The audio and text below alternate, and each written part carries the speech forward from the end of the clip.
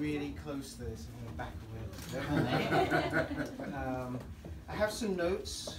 But first of all, I'd like to say thank you so much for joining us at Rib&Rhein today, because we're really honored, and we're pretty speechless, because aside from being fans, we just love doing crazy things like this.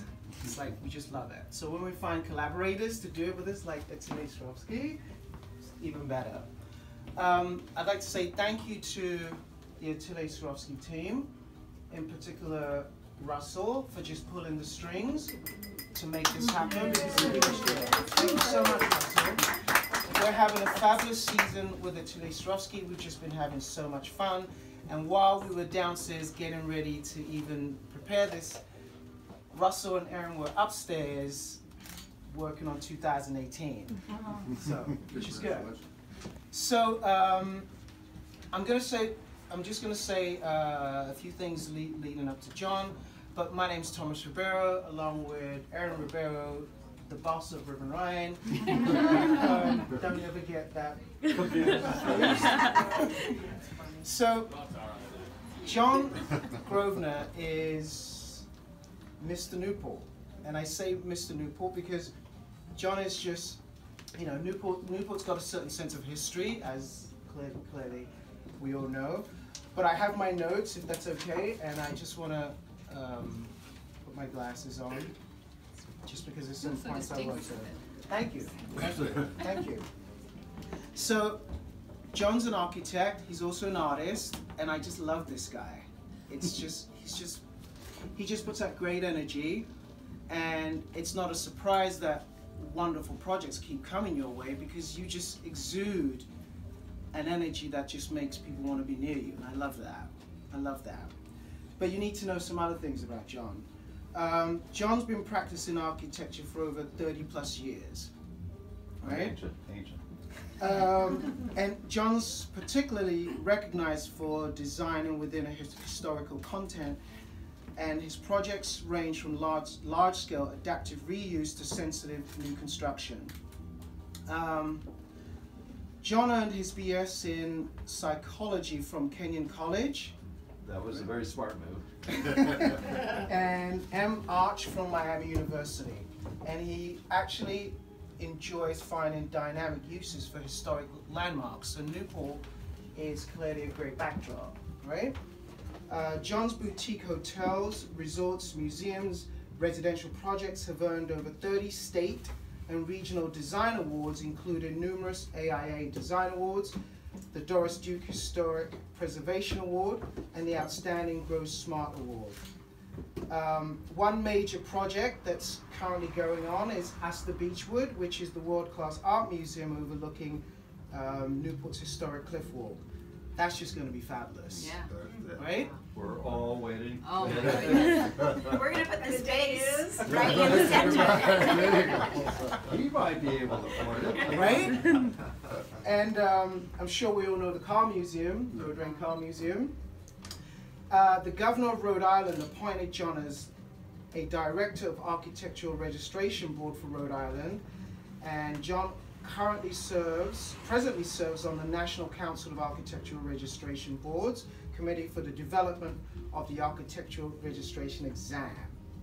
John also served as President of AIA Rhode Island, Chairman of Preserve Art Rhode Island, and Commissioner of the Rhode Island Historic Preservation and Heritage Commission for 28 years. Wow, congratulations. Right? He was appointed to the Newport Art Museum Board of Directors in 2014, and without further ado, Thomas, jump right thank in. I'm so happy that you're all here today, and I don't mean to turn my backs to anybody, so if you find that you want to move around, this is quite all right. Do you want to? You want to sit in there? Yeah. Sit in there, I'm just worried about getting too close. Yeah, you All right, so ZAHA, HADID, she just died recently, I'm gonna say within a year or so. And you know, I have a fond affection for her. She was taking the world by storm. It was absolutely incredible. Not only was she known as a futurist, a visionary, but she also was one of the first women architects to really grow to that stature. And so in 2004, she is the first woman to receive the Pritzker Prize. And so she's born as an Iraqi. She is born to the Minister of Finance for right before Saddam Hussein took over. And she, from an early age, was always drawing, always an artist, and always doing things in a way that was very naturalistic. So I never think of the desert as having all the sinuous aspects until I actually went out to Tucson right before I became an architect myself, and the desert is filled with life, as you know. And so all of her forms are really organically derived. So a little bit of history, and then we'll talk about the sculpture, is that with her work, she never does right angles. You know, she took that on early on then, and she said, look, you know, I don't want it to be a right angle. So anything I can do to make it not a right angle would be great. And you have to understand the world of structure and architecture until recently, relatively recently, has really forced architects to look at it with trying to resolve structure coming down. The easiest way to do it, quite honestly, is with right angles. And the most economical way is to do that. So she casts that all aside. And you notice in her work as well as in her product design, and in this case, this collaboration with this amazing sculpture is always of this sinuous nature. So they have a type of architecture that her partner, Patrick Shoemaker, coined a word, I'm going to say probably 2 or 3 years ago, and it's called parametrics. So I don't know if you've heard of parametrics, but that's software driven. I don't think that ZAHA was really software driven as much as she was curvilinear and flowing and organic. But her partner with the parametrics, what that brought to the practice was an opportunity to resolve structure with curves. And it's not, and it's, you know, Frank Gehry has it. She's known as a deconstructivist, which simply means that there are forms that are revealing the inside at the same time as the outside. And that's what she is about, but it's art-based. And the whole parametrics allows for the self-reference. I'm going to use these words that are weird, but what they are is, she was all about having the forms be self-referential, and that just simply means that these forms, we just use this piece here, they're not identical. None of them are the same. All of them are different. So it is no repetition, no series of columns, no classic orders in her architecture as well as in her sculpture. And so it's fascinating because it's very complicated, but with the parametrics, they can resolve it through computerization so that we can integrate the functionality, the structure, the mechanicals. And ZAHA would be the first one to tell you she didn't care whether the stair worked at all. You know, it's just one of those things. She was going to get to it later because it's all about the huge concept of what is there. It's all about the fluidity. It's about the inspiration. And if you get a chance to just look at her sketches, they're all very, very quickly done. They all have that really high energy to them, and none of them have right angles. So the other thing that's kind of curious to me, and we are running parallel careers, I do lots of right angles because I live here in Newport, Rhode Island. I haven't done a parametric yet, so I certainly can be impressed by them. But she went and started her practice in 1980. Mine is 1981.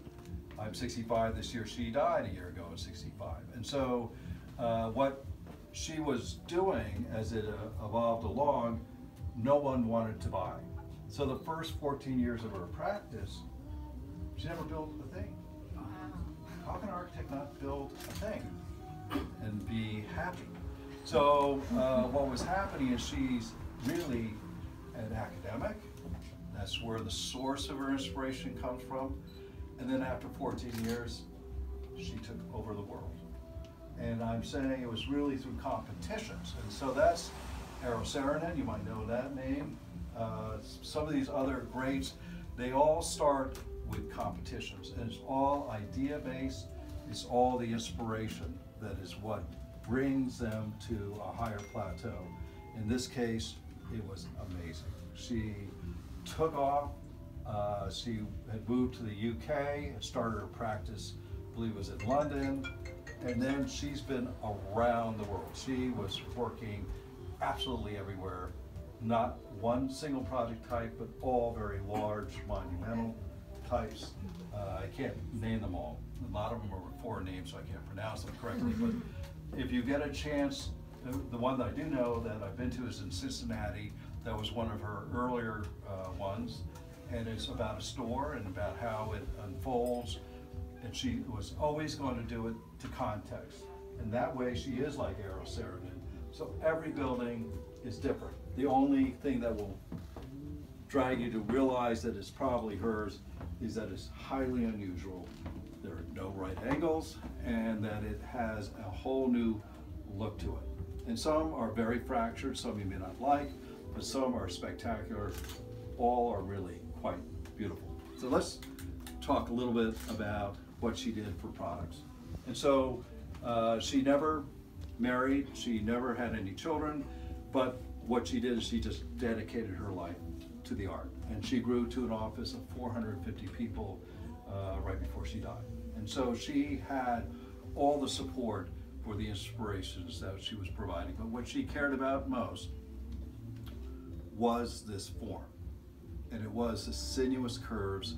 It was how they all came together, how they all relate to each other. And her product is endearing and enduring. So I guess I'll open that up to any thoughts or questions. I'll respond on the cup here, but thank you. I think it's unbelievable.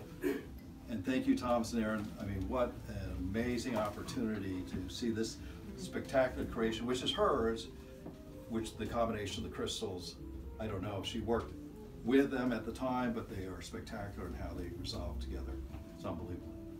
Actually, that I can answer for. Yes, the answer, Russell. She, ZAHA did work directly with Nadia Swarovski, and she worked directly with the team in Botsons in the entire creation of this piece. It is unbelievable. It is an unbelievable piece. She actually, unfortunately, the week she died, Nadia was actually flying to Miami to do a photo shoot with her on this. But she also designed, which we will be launching, a more commercial piece. So instead of $150,000, it'll be far less. We don't want that. Yeah, you want the big piece. Why would you do anything small? Exactly. There are only 12. They will be numbered. So we decided after she passed away that we stopped, and that we would create 12. They're made to order, which takes about 4 months. But she literally, she spent a lot of time in Botsons, and she had done a jewelry collection for us before also. Yeah. So she loved dealing with the crystals and all of this. How can you not? Right? Thank you. Well, thank you, Thomas. Thank you. Aaron. Thank you. Maybe I'll just hug it a little.